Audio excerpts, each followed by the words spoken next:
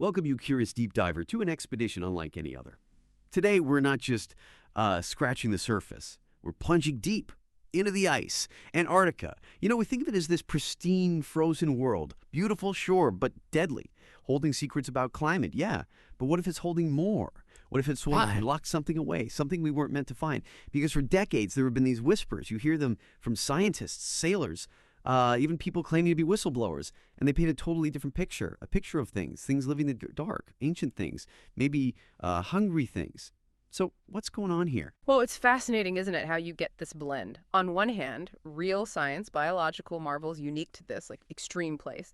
And on the other, these persistent legends, strange anomalies in the geology, things that just don't quite add up. So our mission, really, in this deep dive is to unpack all of it. Look at the science, the eyewitness stories, alleged stories, I should say, even historical fiction, and try to understand what might actually be under all that ice, which, raises a huge question. How do you tell fact from, well, terrifying speculation when the place itself is so alien? Exactly. That's the core of it. So we're going to explore these biological giants, the real ones. Then dive into those really spine-chilling rumors from the deep. We'll look at some ancient legends, see how they kind of mirror modern finds, weirdly enough. And yeah, touch on that whole geopolitical mystery. Why is Antarctica so restricted? So settle in, because this is where things get really interesting. Okay, let's start with the facts. Because honestly, even the stuff we know about Antarctica is pretty wild. It's enough to make your jaw drop. The continent is already home to what you could call biological monsters. There's this thing called polar gigantism. It seems like the extreme cold, the unique ecosystem down there, it just hits the supersize button on life. It really does. It's a remarkable adaptation. I mean, think about how harsh it is. The water is deep, it's frigid, but because it's so cold, it holds way more dissolved oxygen. You combine that with slower metabolic rates. Creatures just operate slower in the freezing cold. And, well, you get an environment where things can grow much, much larger than their cousins in warmer seas. It's basically an evolutionary path to getting huge. Helps them store energy, survive, where resources are scarce. And the absolute poster child for this has to be 𝕄𝕠𝕟𝕤𝕤𝕤 𝕄𝕠𝕟. You probably know it as the colossal squid. And this isn't just like a big squid. It's the heaviest one we know of. The most massive and, frankly, terrifying. Precisely. We're talking estimates up to, 6 feet long? Eyes the size of dinner plates, actually the largest eyes in the entire animal kingdom. And maybe the most unsettling part. Its tentacles and arms aren't just covered in suckers. They have sharp, swiveling hooks. Imagine that latching onto you. Hooks, not just suckers. Actual razor-sharp hooks. And for ages, the only way we knew these things existed was from, massive scars on sperm whales or finding these hard, indigestible beaks in their stomachs. It's only pretty recently, in the last few decades, that we've actually caught a few specimens. So we really have no clue what the big ones look like, lurking down there in the abyss, maybe growing even larger. And it's not just the squid. You've got giant sea spiders down there, too. These ancient arthropods in Antarctica, they grow to startling sizes. Think. Diameter of a dinner plate, maybe even a human face. Then there are the giant isopods. They look like something straight out of a nightmare, just scavenging the dark seabed. The continent really is a proving ground for life, pushed to its absolute limits, evolving in isolation for millions of years. It seriously stretches what we think of as normal biology. So, okay, those are the creatures we know about. The ones that can classify, study, even if they are undeniably monstrous. But the documented facts, as amazing as they are, they kind of give way to something else in Antarctica pretty quickly. The whispers, the chilling rumors from the deep, stories that really push past known science into, survival horror territory. Right, and this is where we get into, let's say, unconfirmed reports and maybe collective imagination. One of the most persistent legends coming out of Antarctic waters is the 𝕟𝕟. Now, whether these are hoaxes, misidentifications, whatever, they do tell us something about, human psychology, our need to find patterns, maybe, and definitely our deep-seated fears of what's out there beyond our understanding, especially in places that alien. The 𝕟𝕟 is just so bizarre. The name means human in Japanese, right? And the stories apparently started bubbling up in the 90s from Japanese whaling research fleets, supposedly. Crew members allegedly saw these enormous pale white humanoid things in the Antarctic Ocean, describing them as 60 to 90 feet long, with a head, a torso, limbs. But, and this is the creepy part, no real facial features. Just two huge dark eyes and maybe a slit for a mouth. Sounds like a bad dream, honestly. It really does. And it's crucial to say there are no official logs, no verified scientific counts, zero. The few photos you might see online, grainy, blurry, easily dismissed as, weird icebergs, strange waves, pareidolia. Yet the stories hang around. There are even claims that people who saw them were told to keep quiet, logs classified. Makes you wonder, doesn't it? Is it just mass misidentification, people spooked by isolation and the weirdness of the deep, or is it? Could possibly be a glimpse of some huge, unknown aquatic species down there in one of the last unexplored places on Earth? That's the million-dollar question. Ah. And yeah, a terrifying one. But okay, let's go even deeper. Literally, not the open ocean, but under the ice sheet itself.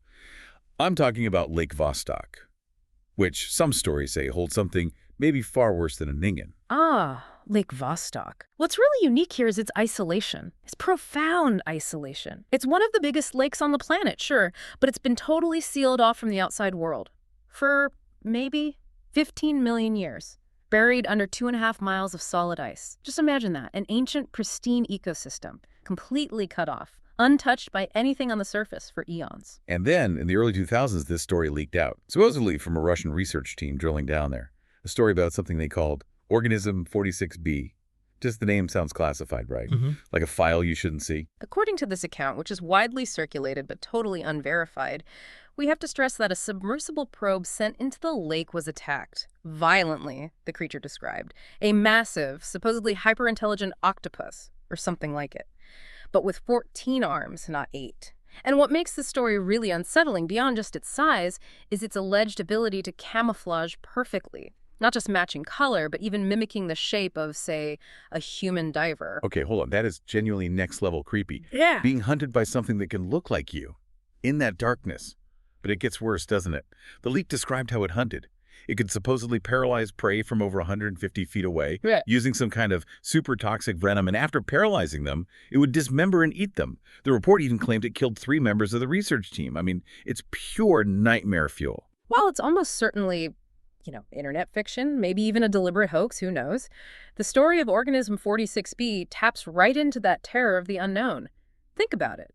A pristine prehistoric ecosystem, untouched for millions of years. The implications are huge.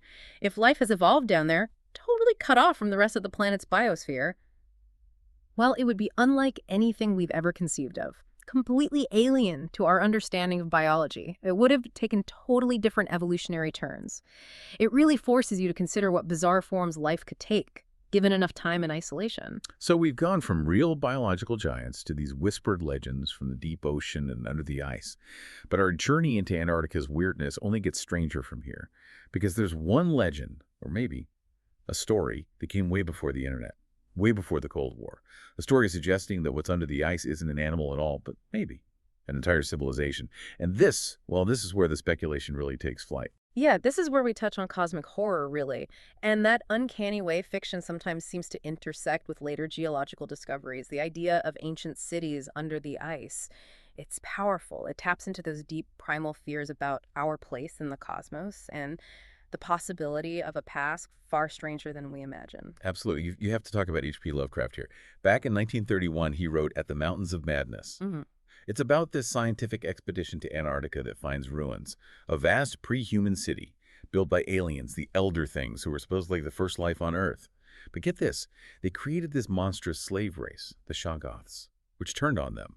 And this ancient horror ended up sealed beneath the ice. Now look, it's just a story, right? Fiction, pure fantasy. Are we seriously connecting a horror story from the 30s to actual science? Isn't that just seeing patterns we want to see? That's a crucial point. And yes, of course it's fiction.